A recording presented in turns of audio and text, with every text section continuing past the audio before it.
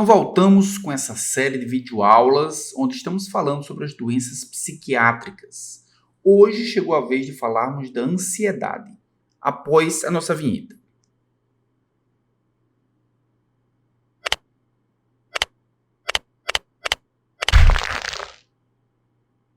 Olá, meus caros alunos, bem-vindos a mais uma videoaula do curso de Farmacologia Clínica. Hoje falaremos sobre o tratamento da ansiedade. Teremos os seguintes objetivos na videoaula de hoje: discutir as alterações neuronais associadas à ansiedade, reconhecer os sintomas, classificar a ansiedade, conhecer e diferenciar os fármacos usados para tratar os transtornos de ansiedade e também analisar o algoritmo usado para tratar a ansiedade. Para iniciarmos o caso de hoje, utilizaremos como contexto o caso clínico. É uma mulher de 32 anos, vai ao consultório por sentir-se inquieta, medo de perder o controle e também medo de morrer. Ao exame físico, apresenta-se taquicárdica e com dificuldade de respirar. Ela diz que há 2 anos foi consultada por um psiquiatra, pois iniciou uma sensação de medo abrupto e inesperado. E diz ainda que durante a crise ela sente o coração acelerado, sudorese, tremores, dificuldade para respirar e medo de morrer. Diz também que adormece sem dificuldade, mas acorda no meio da noite e não consegue voltar a dormir. Diz não ter variação de humor e também diz não usar bebidas alcoólicas ou drogas ilícitas. Além disso, informa ter muita dificuldade para concentrar-se. Diante do quadro, o psiquiatra prescreveu escitalopram 5 mg por dia durante 7 dias. E quais são as perguntas que faremos a respeito desse caso clínico? Primeira pergunta é: o quadro é compatível com qual tipo no espectro de ansiedade? A segunda pergunta é: qual a expectativa de tempo para a resolução dos sintomas com o tratamento prescrito? Nossa terceira pergunta é: com quanto tempo e de que forma deverá ser realizada a descontinuação do tratamento? E nossa quarta e última pergunta é: o tratamento com escitalopram 5 mg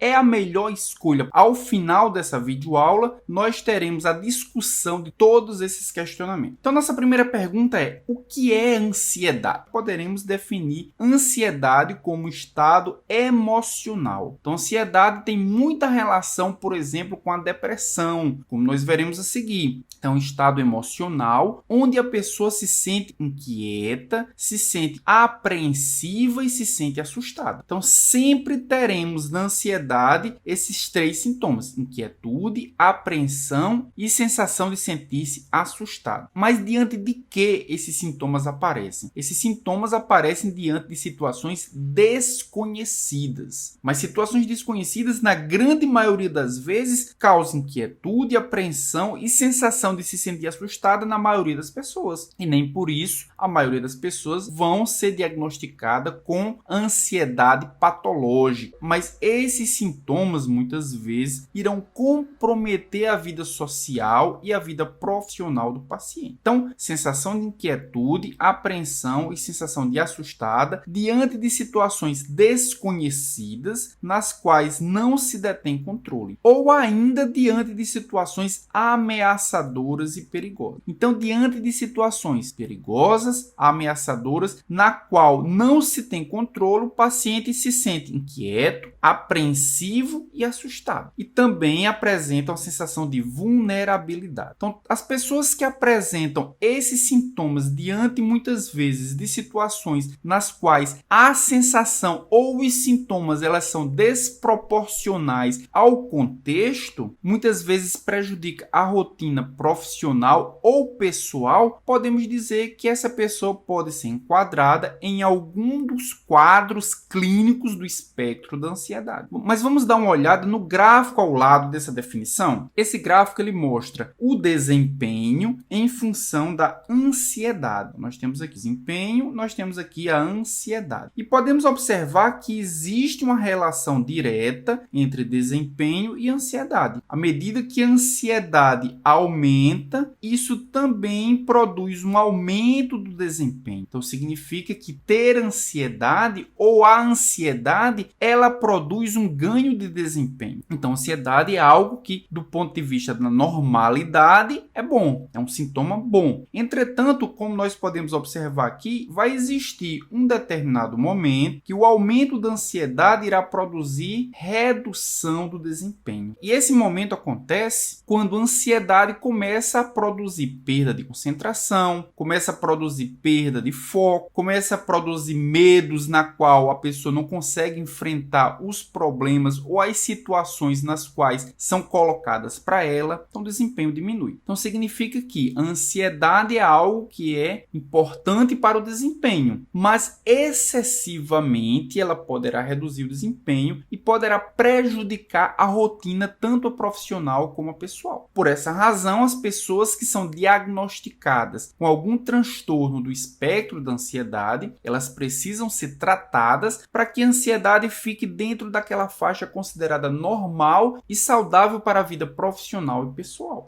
Bem, aqui nós podemos ver a distribuição mundial da ansiedade.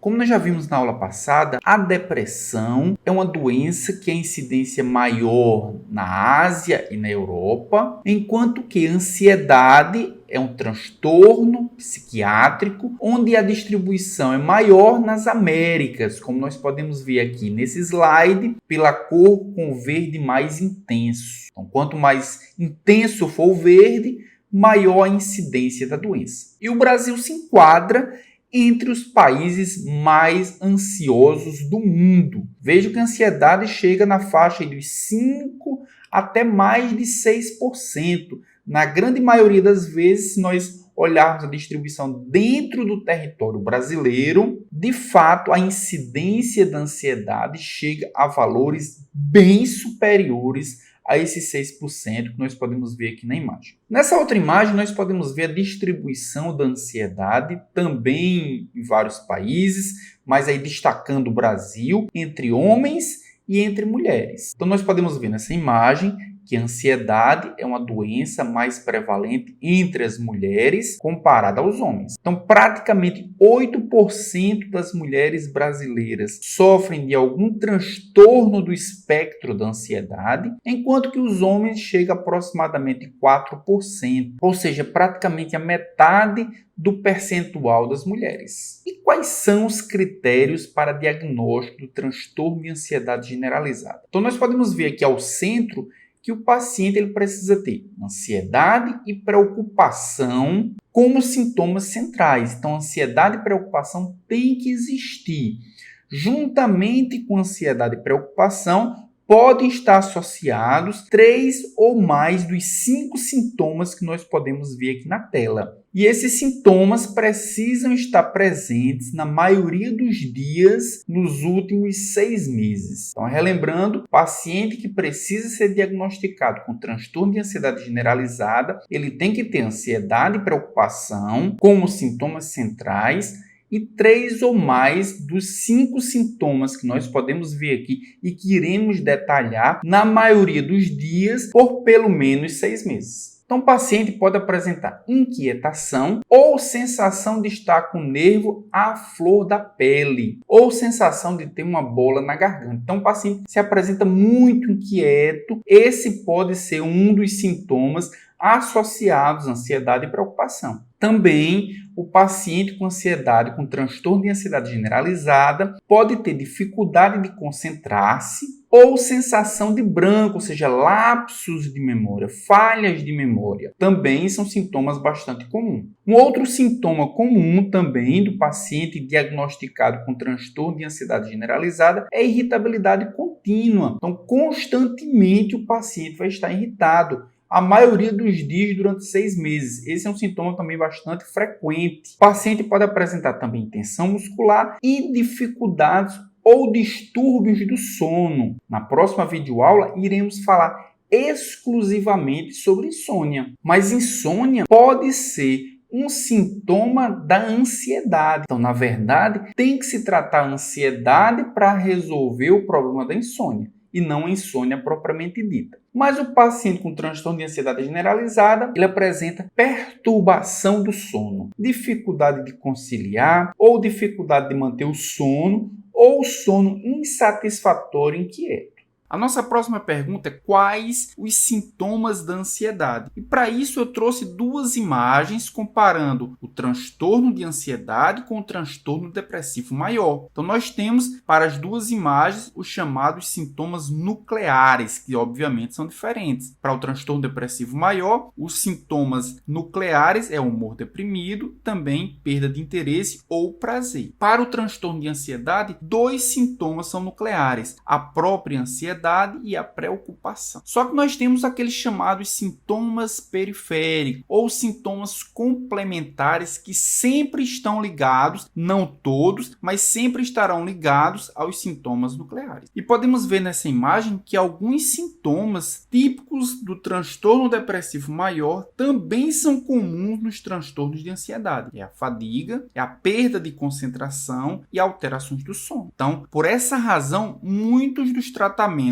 antidepressivos são também utilizados para tratar a ansiedade. E, obviamente, existem aqueles sintomas periféricos que são típicos ou exclusivos dos transtornos de ansiedade. Nós temos aqui ativação cerebral, ataques de pânico, esquivas ou fobias, compulsões, tensões musculares e irritabilidade são sintomas típicos dos transtornos de ansiedade. Nossa próxima pergunta é quais as áreas cerebrais que estão envolvidas com ansiedade. E aí nós podemos relacionar a ansiedade com o funcionamento de circuitos GABAérgicos no sistema nervoso central. Como nós vimos na aula sobre depressão, a depressão ela depende de circuitos serotoninérgicos, dopaminérgicos e noradrenérgicos. Já a ansiedade depende também de outros circuitos, mas depende muito dos circuitos GABAérgicos. E onde é que nós encontramos os circuitos GABAérgicos? Nós encontramos em 4 regiões diferentes. No sistema límbico, relacionado com as emoções, onde os fármacos que vão atuar nos circuitos GABAérgicos nessa região terão ações ansiolíticas. Nós teremos também circuitos GABAérgicos na formação reticular. E na formação reticular, o GABA está relacionado com o sono, ou seja, os fármacos que possam atuar nos circuitos GABAérgicos na formação reticular, elas alterarão o sono, ou seja, terão ação sedativa. Já os circuitos GABAérgicos encontrados na medula espinhal, eles estão relacionados com a contração muscular e os fármacos que atuarão nessa região terão ação miorrelaxante. E aqueles circuitos GABAérgicos que estão localizados no córtex e no mesencéfalo terão relação com a função motora e os fármacos que atuarão nos circuitos GABAérgicos nessas regiões terão ação anticonvulsivantes. Então vejam que existem vários circuitos GABAérgicos no sistema nervoso central e aqueles fármacos que irão atuar nesse circuito, que atuarão de forma inespecífica, terão não apenas ação ansiolítica, mas também ação sedativa, ação anticonvulsivante ou ação miorrelaxante. Mas como nós queremos aqui apenas os fármacos que terão ações ansiolíticas, nós iremos agora detalhar um pouco mais o sistema límbico, responsável pelas emoções, que é de fato onde atuarão os fármacos ansiolíticos com ação GABAérgica. Então, no sistema límbico, nós não teremos apenas circuitos GABAérgicos. Os circuitos GABAérgicos, de fato, se encontram num grupo de neurônios chamados de núcleo pré-óptico ventrolateral. É esse grupo de neurônios que vai modular a função GABAérgica. Outro grupo de neurônio importante do sistema límbico é o locus coeruleus. E o locus coeruleus, ele modula a hiperatividade noradrenérgica. E um terceiro grupo é o núcleo da RAF, envolvidos com os circuitos serotoninérgicos. Então podemos notar aqui também que a ansiedade também não depende exclusivamente dos circuitos GABAérgicos, assim como a depressão dependia dos circuitos noradrenérgicos, dopaminérgicos e serotoninérgicos, a ansiedade depende do funcionamento normal dos circuitos GABAérgicos, serotoninérgicos e noradrenérgicos do sistema límbico. Como se classifica a ansiedade? Então, a ansiedade ela pode ser classificada em transtorno do pânico, que se caracteriza por um início súbito e de curta duração, onde o paciente apresenta uma sensação de morte iminente, uma sensação de sufocação, taquicardia, perda de controle, dentre outras coisas. Podemos observar que grande parte desses sintomas são típicos do nosso paciente, do caso clínico, então muito provavelmente tem um transtorno do pânico. Uma das vertentes do transtorno do pânico é a agorafobia, que é o medo de lugares que podem causar pânico. Então, dependendo da experiência que o paciente teve com alguns lugares, aquele lugar antecipadamente pode causar pânico. Então, medo daquele lugar é chamada de agorafobia. Um segundo tipo de ansiedade é o transtorno de ansiedade social, relacionado com as situações de exposição. As principais características do transtorno de ansiedade são os tremores, palpitações, sudorese e nervosismo, e está envolvido exatamente com essas situações de exposição. Então, quando aquele paciente ele apresenta essa sintomatologia, quando vai fazer alguma apresentação, quando vai fazer um discurso, e isso interfere de forma potencial no contexto profissional e social do paciente, o paciente pode ser diagnosticado com transtorno de ansiedade social. O terceiro tipo é o transtorno obsessivo compulsivo. Então, o transtorno obsessivo compulsivo é quando o paciente apresenta rituais de limpeza, rituais de verificação, rituais de contagem, e esses rituais precisam ser repetidos para evitar a ansiedade. Então, vou dar um exemplo. O paciente saiu de casa e não lembra se fechou ou não a casa. Para evitar ficar pensando naquela situação de ter deixado a casa aberta, ele volta mesmo tendo quase que certeza absoluta de que a casa ficou fechada. A mesma coisa com os rituais de limpeza. Pacientes com transtorno obsessivo compulsivo, eles podem ter um ritual de limpeza e aquela limpeza é fundamental para a retirada de determinados contaminantes que poderão causar uma ansiedade excessiva no paciente. Ou seja, o transtorno obsessivo compulsivo ele está relacionado com a incapacidade social. E um quarto tipo é o transtorno de ansiedade generalizada, que é o mais comum deles e é o que nós iremos abordar nessa videoaula. O transtorno de ansiedade generalizada, ela se caracteriza por preocupação exagerada e expectativa apreensiva. Então, o paciente ele apresenta inquietude, cansaço, irritabilidade, tensão e insônia, e é uma condição crônica, ou seja, o paciente ele apresenta essa condição por muito tempo. Aqui nós podemos relacionar os sintomas com o tipo de ansiedade. Então, o transtorno de ansiedade generalizada apresenta como sintomas nucleares a ansiedade generalizada e o medo, além da preocupação generalizada, e como sintomas periféricos a excitação, a fadiga, a perda de concentração, alterações do sono, irritabilidade e também tensão muscular. Já o transtorno do pânico apresenta como sintomas nucleares a ansiedade antecipatória, além do medo, a preocupação sobre ataques do pânico e como sintomas periféricos, ataque do pânico inesperado, esquiva, fobia e alterações comportamentais.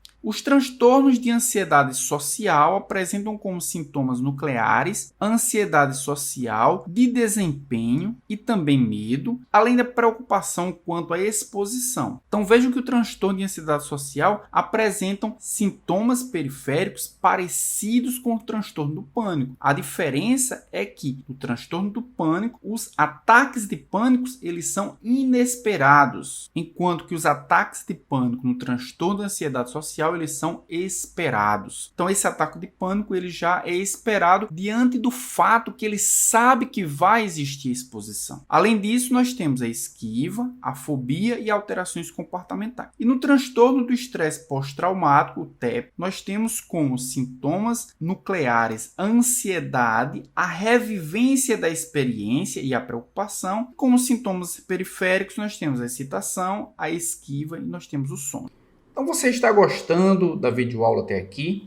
Então não se esqueça de se inscrever no canal, de marcar o like e de compartilhar para todas as pessoas que você imagina que que vão se beneficiar desse conteúdo também. Nós podemos ver nessa imagem um gráfico com a distribuição dos principais tipos de ansiedade. Nós podemos ver que o transtorno de ansiedade generalizada é o principal transtorno de ansiedade, ou seja, o principal tipo do espectro da ansiedade. Cerca de 33% dos pacientes que são diagnosticados com algum transtorno de ansiedade, eles são diagnosticados com transtorno de ansiedade generalizada. Em segundo lugar, nós temos o transtorno do pânico. Cerca de 23% de todos os pacientes com algum transtorno de ansiedade, o transtorno do pânico é exatamente o transtorno que é diagnosticado. 16% apresentam transtorno de ansiedade de uma forma geral, 14% apresenta transtorno de ansiedade fóbica e nós temos 14% também que apresentam ansiedade e depressão, em torno de 8%, e em torno de 6%